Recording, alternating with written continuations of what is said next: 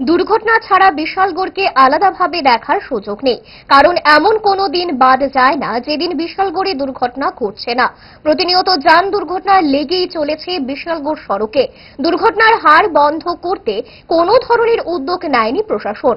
শুক্রবার সকালে Bishalgarh SDM office সংলগ্ন মুড়াবাড়ি সড়কে TR03J7877 নম্বরের বাইকের সঙ্গে পথচারীর সংঘর্ষ ঘটে। এতে বাইকে থাকা চালক সহ পথচারী রাস্তার পাশে ছিটকে পড়ে যায়। পরবর্তী সময়ে অগ্নি নির্বাপক দপ্তরের কর্মীরা খবর পেয়ে আহত বাইক চালক বাপি দাসকে উদ্ধার করে মহকুমা হাসপাতালে নিয়ে আসে। পরবর্তী সময়ে স্থানীয়রা একটি গাড়ি করে আহত পথচারী রীনা দাসকে উদ্ধার করে মহকুমা হাসপাতালে নিয়ে আসে। মহকুমা হাসপাতালের কর্তব্যরত চিকিৎসক প্রাথমিক চিকিৎসা করার পর দুজনকে আগরতলা জিবি হাসপাতালে রেফার করে দেয়। ঘটনার খবর পেয়ে মহকুমা হাসপাতালে ছুটে আসেন বিশালগড় থানার পুলিশ।